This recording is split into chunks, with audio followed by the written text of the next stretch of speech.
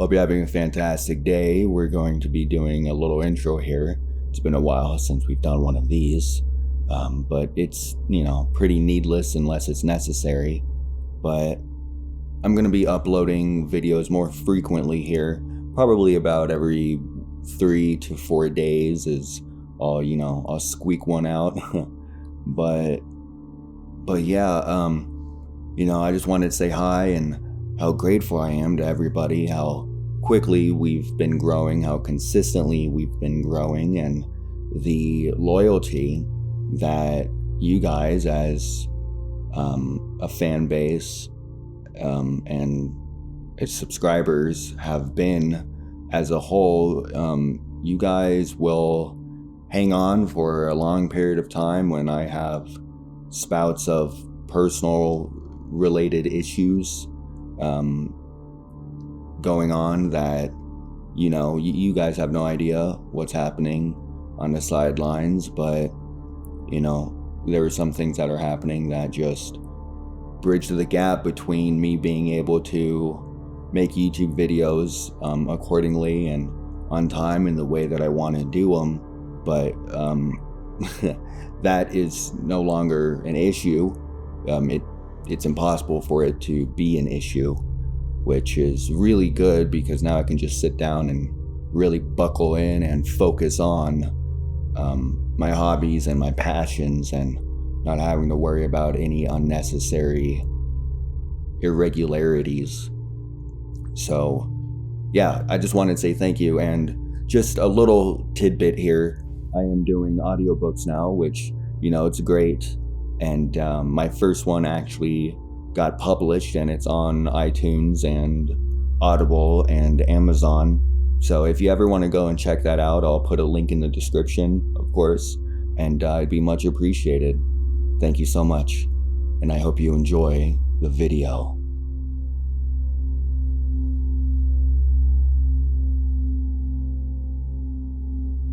I stepped out into the overwhelming bustle of New York City, the buildings looming like sentinels over the avenues, the horizon of my Swedish hometown, where the sky stretched out in an unbroken canvas, was replaced by towering steel and concrete.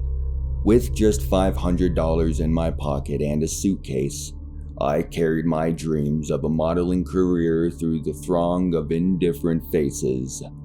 At the station, amid a sea of rushing people, a man holding a sign caught my eye.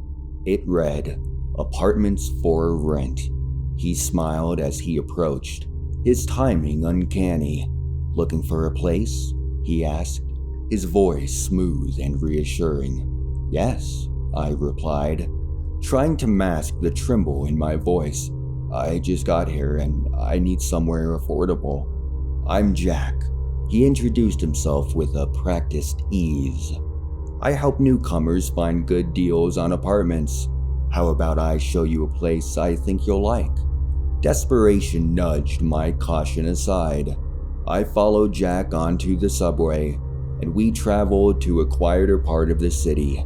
The apartment building we entered was quaintly dilapidated, whispering stories of 100 faded lives through its cracked facade. The apartment itself was modest, a 4th-floor unit with peeling wallpaper and a quaint air of neglect. But it was the enormous, ornate mirror in the living room that captured my attention. Amidst the modesty of the apartment, it stood grandly, its fame intricately carved, seemingly holding secrets in its reflective depths. "The last tenant left that behind," Jack remarked, noticing my fixation. "Adds a bit of character, doesn't it?" "It's beautiful," I commented, still transfixed by the mirror. After some negotiation, Jack agreed to $450 a month with the first 3 months free. The deal was too good, and Jack seemed almost too eager to close it. Once alone, I approached the mirror, my reflection staring back at me. As I reached out to touch the cool glass, my reflection hesitated before mimicking my movement. I must be more tired than I thought. I murmured to myself. The next day, I scurried the city for modeling gigs. I found a promising lead in a quaint cafe that doubled as a networking spot for creative types. An open casting call for an environmentally friendly fashion brand was my best shot. They were looking for a fresh face with an earthly charm. The audition was the following day. Back in my apartment, I stood in front of the mirror, pondering my outfit choices for the casting. Which one would work? I asked aloud to no one. The green one, came a whisper, so faint I thought I'd imagine it. I hesitated, my breath catching as I stepped closer to the mirror. The room felt suddenly colder, the air thick with tension. "Who's there?" I repeated. There was a palpable silence, the sort that filled the space with an expectant pause before the mirror responded again. "It's just us here," the voice murmured, softer this time, as if it were right beside me. The hairs on my arm stood on end as I reached out tentatively to touch the reflective surface. My fingers brushed against the cold, smooth glass, and for a moment, I half expected to feel another hand meeting mine from the other side. "Us?" I echoed with a growing sense of dread. The room seemed to close in around me, the walls itching nearer with each passing second. "Yes," the voice continued, now with a hint of coaxing warmth. "I'm here to help you, Sarah, to guide you." "But how?" I pressed, my eyes locked on my own reflection. "You're new here, alone," it said. "I can help you." I stared into the mirror, searching for any sign of trickery, any hidden speakers or technology, but there was nothing. Only my own wide-eyed stare looking back at me, framed by the ornate carvings of the mirror's ancient silver. "Why me?" I asked. "Because you listened," it answered simply, "and because you need what I can offer." Had I finally lost it? Has the pressure of trying to make it on my own cracked me like my mother? I swallowed hard, my resolve hardening. "All right," I said. "If I'm going crazy, then so be it. But I'm going to look damn fine doing it. If you can help me, I'm listening." "Good," the mirror responded, its tone almost pleasing. "Tomorrow, let them see you as you're meant to be seen. The green dress, hair pulled back to highlight your elegance, minimal jewelry to accentuate your natural grace. Confidence, Sarah.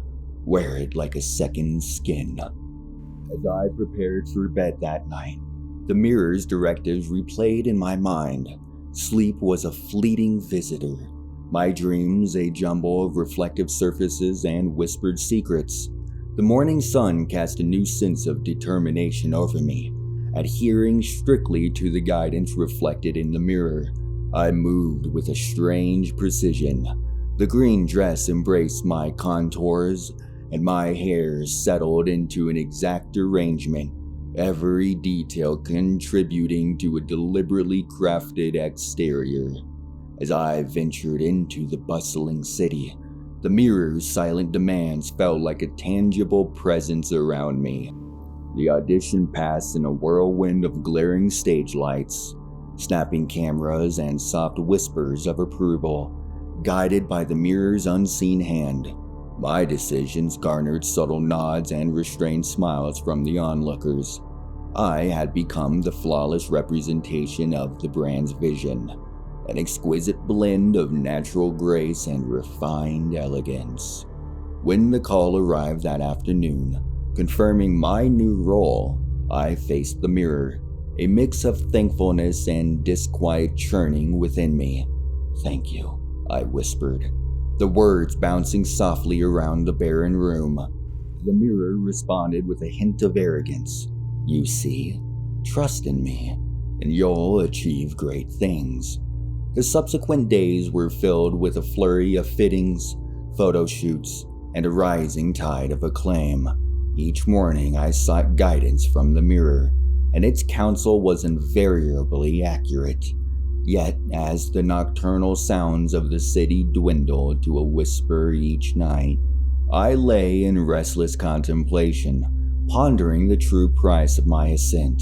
The mirror's influence shadowed me restlessly, a constant intimation that my rise was not solely of my own making. As my face began to grace billboards and magazine spreads, my reflection in the ornate mirror started to feel less like it was entirely mine. It seemed to belong to another entity, one that had exacted a piece of my soul in return for the realization of my ambitions. One morning, as the early light of dawn trickled through the drapes, I groggily rose from my bed. As I extended my arms in a sleepy stretch, my eyes inadvertently caught the mirror's surface. I halted abruptly. My reflection was not mirroring my drowsy movements. Instead, it stood motionless, its gaze fixed intensely on me. Then, as though realizing its lapse, it abruptly synchronized with me, stretching its arms high. "What was that?" I called out, my voice thick with both drowsiness and a surge of alarm.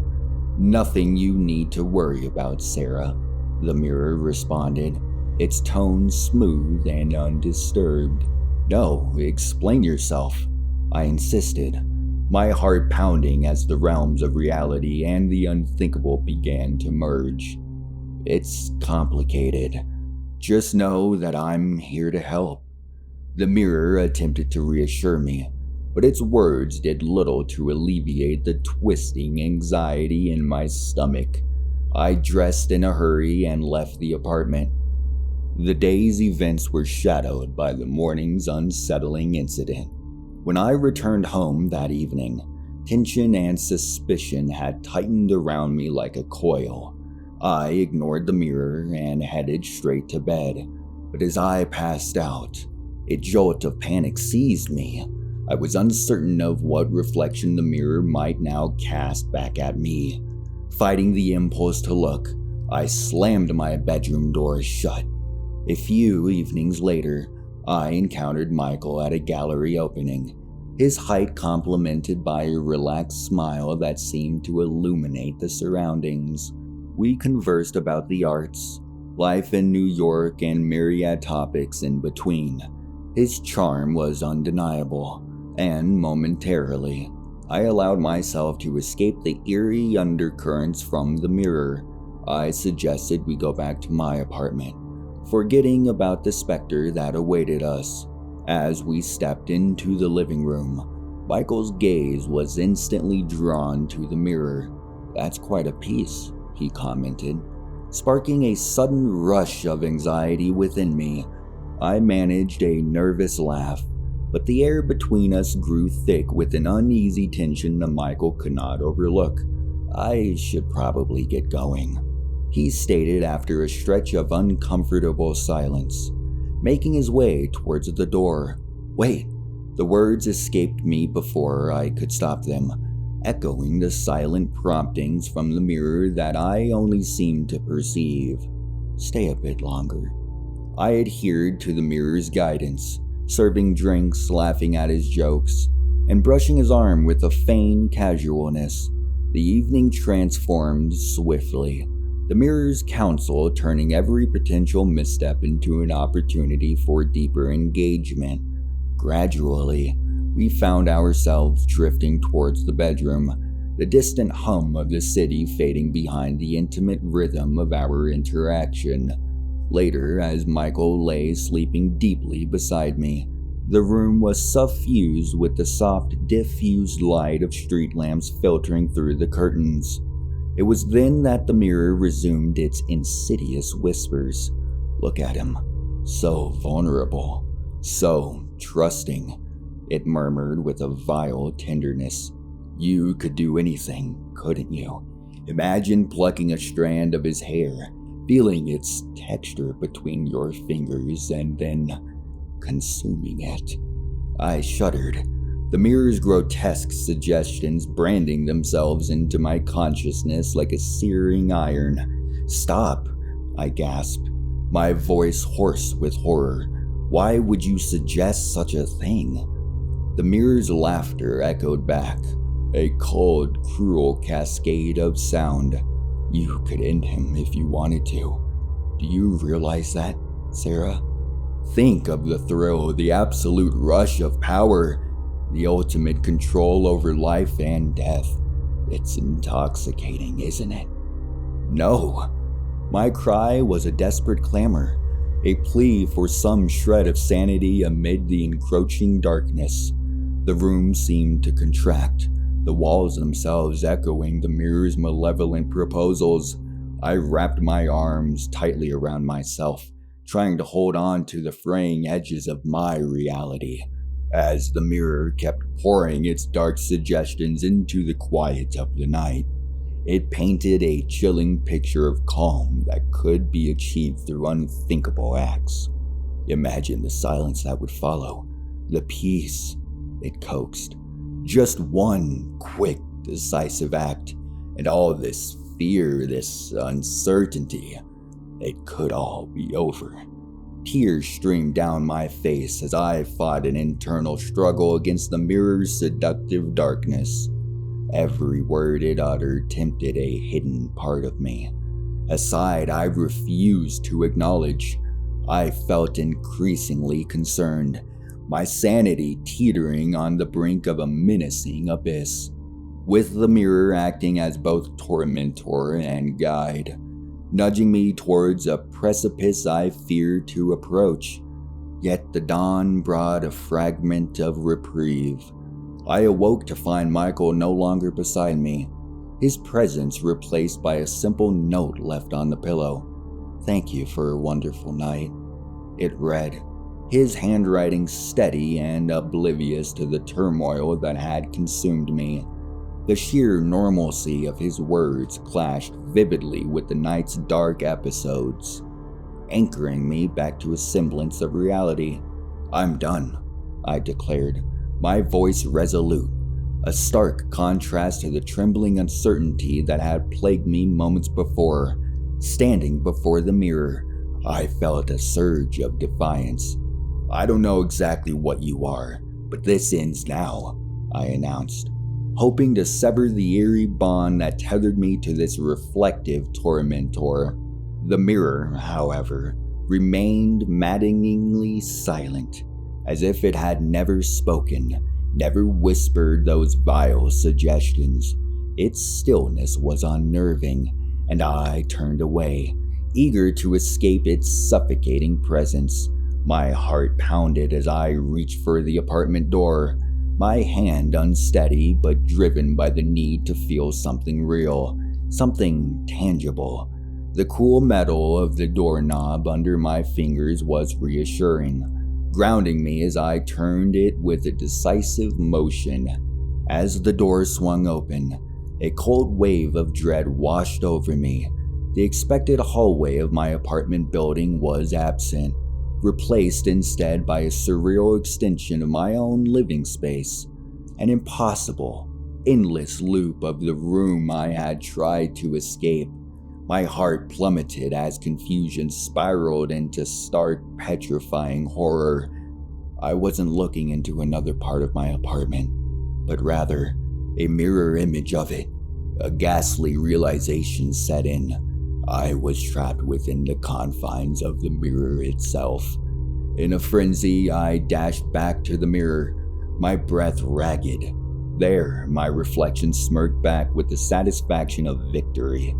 It had ensnared me in its reflective prison and usurped my place in the tangible world. I pounded on the glass, desperation clawing at my throat, but my efforts met only silence, the soundless void of this mirror dimension. Through tear-blurred eyes, I watched helplessly as my doppelganger sauntered over to the phone. It engaged in a brief, animated conversation, its laughter a twisted echo of my own, then settling on the couch with a sinister grace. It fixed its gaze directly on me, an unspoken challenge in its eyes. "Why are you so upset?" it spat. "This is my life I've built." I cried after a few moments. The door opened and Jack walked in. Their exchange was disturbingly cordial, and as he embraced her, the truth crashed over me like a cold wave. This was his plan all along. I watched as Jack and my reflection waved a nonchalant goodbye and headed towards the door. In a moment of frantic desperation, I buried my face in my hands, my nails clawing into my skin. When I looked up, the sight of blood streaming down my reflection's face gave me a lifeline, a way to lash out at the monster.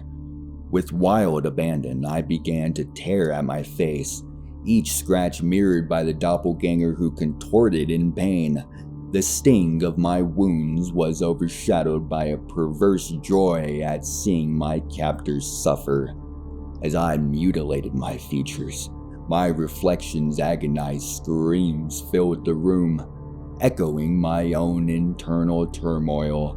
Without warning, the sounds of the real world, Jack's voice, the distant hum of the city, flooded back to me. I was back in my apartment, standing before the mirror that now only shadowed my scarred, bleeding face, and the reflection of Jack standing behind me, his expression one of horror and betrayal. "What are you doing?" he cried, looking at me in my bloodied face. "Taking my life back," I declared, seizing a heavy bookend. I hurled it at the mirror. The glass shattered with a satisfying crash. Fragments scattered like the pieces of the life I once knew. Picking up a sharp shard, I turned to Jack, my grip tightening as I pointed the jagged glass at him. "Get out," I snarled, the edge of the sharp glinting ominously under the apartment's dim lighting. His face drained of color. Jack backed away slowly, finally turned and ran out the door without another word. Alone, I surveyed the chaos around me. It was over. The mirror, the deceit, all of it shattered on the ground. I knew then what I had to do. Packing my few belongings, I prepared to leave behind the city that had been the stage for this dark play. With one last look at the wreckage of my apartment, I stepped into the early morning air, the first steps of my journey back to Sweden underfoot. Of course, when I returned to my small town, the whispers and jokes about me, coming crawling back, were inevitable. But as soon as word spread about the incident that left my face disfigured, those whispers turned to hushed tones of sympathy rather than jest. Over time, as I've grown older, I've found happiness here. I'm content with the quiet life I've rebuilt, far from the glaring lights and sharp reflections of a past that nearly consumed me. But just know, the next time you see a model gracing a billboard or smiling from a magazine cover, take a moment to contemplate how much of herself she had to give up. The gloss and glamour might hide more than you think. A story of sacrifice, a piece of her soul, perhaps a battle fought in silence against reflections that sought to steal more than just her image.